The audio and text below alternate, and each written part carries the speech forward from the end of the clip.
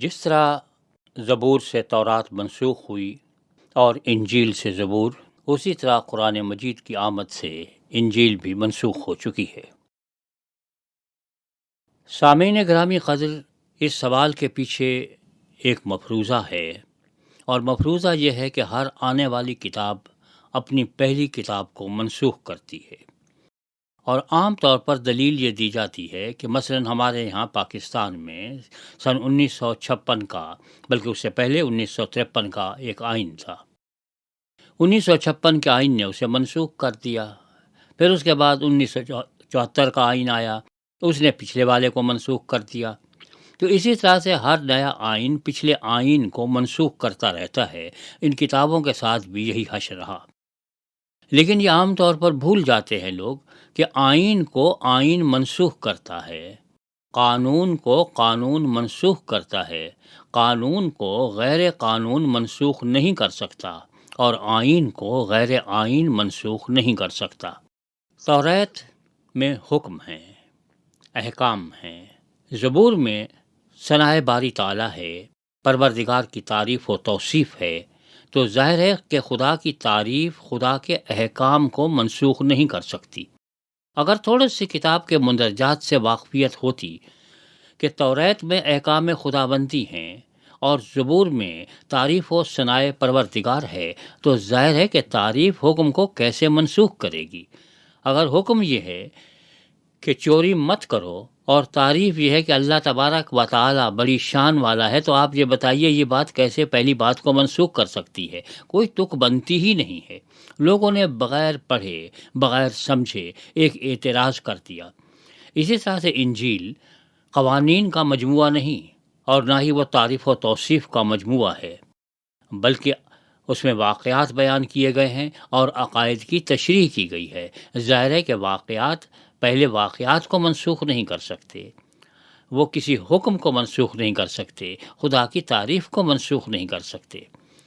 اور اگر اس اصول کو آگے بڑھایا جائے تو بدقسمتی سے اس کے بعد یہ ہوا کہ سن 1842 میں ایران میں حضرت بہاءاللہ نے دعویٰ نبوت فرمایا اور ان پر کتاب اقدس نازل ہو گئی، اور انہوں نے اپنی کتاب اقدس سے قرآن مجید کو منسوخ کر دیا۔ اگر یہ سلسلہ اسی طرح سے لامتناہی چلتا رہے تو ظاہر ہے کہ ہر آنے والی کتاب پہلی کتاب کو منسوخ کرتی چلی جائے گی، اور پھر دنیا میں کچھ بھی باقی نہیں بچے گا۔ پہلی بات یہ ہے کہ یہ اصول ہی غلط ہے کہ آنے والی کتاب پہلی کتاب کو منسوخ کرتی ہے۔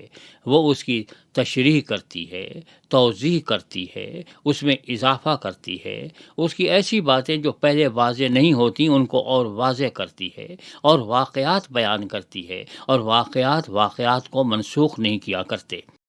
اگر آپ کتب مقدسہ کا مطالعہ کریں تو آپ کو معلوم ہوگا کہ اس میں 3 قسم کی تعلیمات پائی جاتی ہیں۔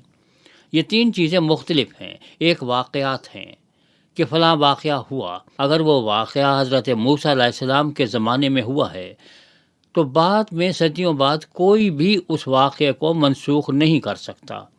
یہ بالکل ایسے ہی ہے جیسے پاکستان 14 اگست 1947 کو وجود میں آیا۔ اب کوئی شخص پاکستان کا وجود مانے یا نہ مانے، لیکن یہ حقیقت ہے کہ پاکستان 14 اگست 1947 کو وجود میں آیا۔ اب کوئی بعد کا آدمی اس چیز کو منسوخ نہیں کر سکتا، اسے غلط ثابت کرنے کی کوشش کر سکتا ہے کہ تاریخی غلطی ہے، تاریخ یہ نہیں تھی، دن جمعے کا نہیں تھا، یہ بحث چل سکتی ہے، لیکن واقعہ منسوخ نہیں ہو سکتا، کیونکہ جب پاکستان معرض وجود میں آ گیا تو آ گیا۔ اسی لیے ایک حصہ تاریخ کا تو کسی قیمت پہ منسوخ ہوتا ہی نہیں ہے۔ دوسرا حصہ اخلاقی تعلیم کا ہے کہ جھوٹ مت بولو، چوری مت کرو، ہمیشہ سچائی سے کام لو، خدا کو ایک مانو، پڑوسی کا خیال رکھو۔ اب ظاہر ہے کہ یہ ایسی باتیں ہیں جو کبھی منسوخ نہیں ہوتی، ورنہ پھر اس میں یہی ہوگا کہ اخلاقی تعلیم میں جھوٹ مت بولو، اب اس کو منسوخ کریں تو کیا پھر اس کے بعد یہ وہی نازل ہوگی کہ اب جھوٹ بولنا چاہیے؟ اگر پہلے یہ ہو کہ پڑوسی کا خیال رکھو تو اب کیا یہ وہی نازل ہونا چاہیے کہ پڑوسی کو جوتے مارو؟ سیدھی سی بات ہے کہ اخلاقی تعلیم ہمیشہ رہتی ہے، اخلاقیات کبھی نہیں بدلا کرتی، سچ ہمیشہ سچ رہتا ہے، جھوٹ ہمیشہ جھوٹ رہتا ہے، سچ کی اچھائی کے بارے میں بات کی جاتی ہے، جھوٹ کی برائی کی بات کی جاتی ہے۔ اخلاقی تعلیم کبھی منسوخ ہوتی نہیں اور کبھی منسوخ ہو نہیں سکتی۔ تیسری قسم کی تعلیم کچھ ایسی رسوم کے بارے میں ہوتی ہیں اور ان کے بارے میں ان میں کچھ ترمیم ہو سکتی ہے واقعات کے اعتبار سے۔ مثلا اگر یہ ہو کہ بھئی اب آپ جب نماز پڑھتے ہیں تو اس کا طریقہ کار یہ ہے، ہو سکتا ہے کل کو یہ طریقہ کار بدل جائے۔ مثلا اگر آپ نے فرض کیجئے یہ کہا تھا کہ نماز پڑھنے سے پہلے ہمیشہ ٹھنڈے یخ پانی سے آپ وضو کریں، تو ظاہر ہے کہ گرم ممالک میں اس پہ عمل ہوگا۔ لیکن اگر خدا کا یہ پیغام پہنچتے پہنچتے اسی جگہ پہنچ جائے جہاں پہ برف ہی برف پڑی ہوتی ہے، 6 مہینے تک سورج غروب نہیں ہوتا، 6 مہینے تک طلوع نہیں ہوتا، چاروں طرف برف ہی برف ہے، تو وہاں پہ اگر آپ ٹھنڈے پانی سے وضو کروائیں گے تو آدمی کا کیا حشر ہو جائے گا؟ ظاہر ہے کہ وہاں پہ آپ کو اس میں کچھ ترمیم کرنا پڑے گی کیونکہ حالات بدل گئے ہیں۔ لیکن پہلا حکم منسوخ اب بھی نہیں ہوا، وہ اب بھی موجود ہے، کیونکہ گرم ممالک میں اسی طرح سے ٹھنڈے پانی سے وضو کیا جائے گا۔ تو نسخ کا عقیدہ بڑا عجیب و غریب قسم کا عقیدہ ہے، معلوم نہیں کن لوگوں نے ایجاد کیا، لیکن سوچے سمجھے بغیر۔ اور پھر اس میں ایک جو بہت بڑی قباحت تھی اس کی طرف ان لوگوں کی توجہ گئی نہیں۔ وہ یہ ہے کہ اگر یہ نسخ کوئی اور کرتا ہے، خدا کے کلام کو کوئی انسان آ کے منسوخ کر دیتا ہے، تو یہ انسان خدا سے بڑا ہو گیا۔ اور اگر خدا اپنے کلام کو خود منسوخ کرتا ہے، کبھی کچھ کہتا ہے اور کبھی کچھ کہتا ہے، تو ظاہر ہے کہ جس خدا کا اپنا کوئی اعتبار نہیں، اپنی باتیں بدلتا رہتا ہے، اس خدا کا اعتبار کرے گا کون؟ جو خدا اپنی بات پر قائم نہ رہے، کیسے انسانوں سے توقع کر سکتا ہے کہ وہ اس کی تعلیمات پر عمل کریں؟ خدا اگر بات کو منسوخ کرتا ہے تو دو ہی طریقے ہیں، یا تو یہ ہے کہ پہلی بات غلط تھی اب صحیح بات بتائی جا رہی ہے، یا پہلی بات صحیح تھی اب غلط بتائی جا رہی ہے۔ لیکن دونوں صورتوں میں مصیبت یہ ہے کہ خدا جھوٹ نہیں بول سکتا، خدا غلط بیانی سے کام نہیں لے سکتا۔ تو اگر خدا نے پہلی بات سچی بتائی تھی تو اب غلط نہیں بتا سکتا، اور اگر پہلی بات غلط بتائی تھی تو پھر وہ خدا ہی نہیں تھا۔ دوسرا امکان یہ ہے کہ پہلی بات کے مقابلے پہ اب اس سے اچھی بات بتا دی جائے، تو یہ خدا کیا ہوا؟ بنیا ہوا، جو سب سے پہلے اپنی جو 2 نمبر کا مال ہے پہلے وہ باہر کرتا ہے، جب وہ بک جاتا ہے تو 1 نمبر کا مال بعد میں لے کے آ جاتا ہے۔ یا پھر یہ ہو کہ پہلے 1 نمبر کا مال بیچ لیتا ہے، جب وہ ختم ہو جاتا ہے تو 2 نمبر کا مال بیچنا شروع کر دیتا ہے۔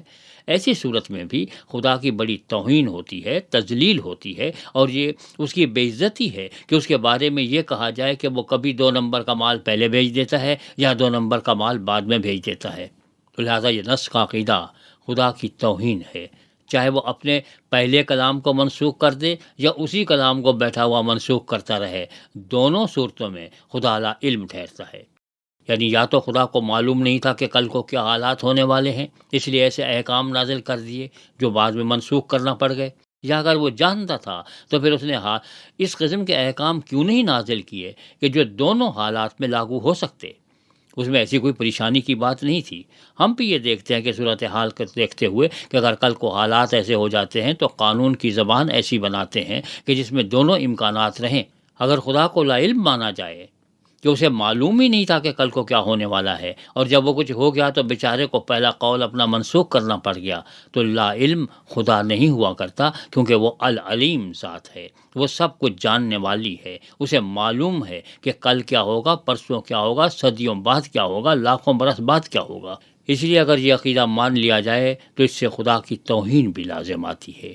کہہ دینا بہت آسان ہے کہ پہلی کتاب منسوخ ہو گئی، لیکن اس کتاب کو منسوخ کرتے ہوئے جو خدا کی تصویر سامنے ابھرتی ہے وہ کوئی ایسی اچھی نہیں ہے کہ اس خدا کو مان لیا جائے۔ اس سے تو بہتر یہ تھا کہ خدا کا انکار کر دیا جاتا اور یہ کہا جاتا کہ خدا ہے ہی نہیں، بنسبت اس کے یہ کہا جائے کہ خدا اپنے قول بدلتا رہتا ہے۔ وہ جو کہتا ہے کہ میں صادق القول ہوں، صادق الوعد ہوں، جو بات ایک دفعہ کہہ دیتا ہوں وہ پتھر پہ لکیر ہوتی ہے، اس کے بارے میں یہ کہنا کہ وہ آئے دن اپنے بیانات بدلتا رہے گا، یہ پھر خدا تو نہ ہوا، یہ تو کوئی سیاستدان ہوا جو واقعات کے ساتھ اپنے بیانات بدل دیتا ہے۔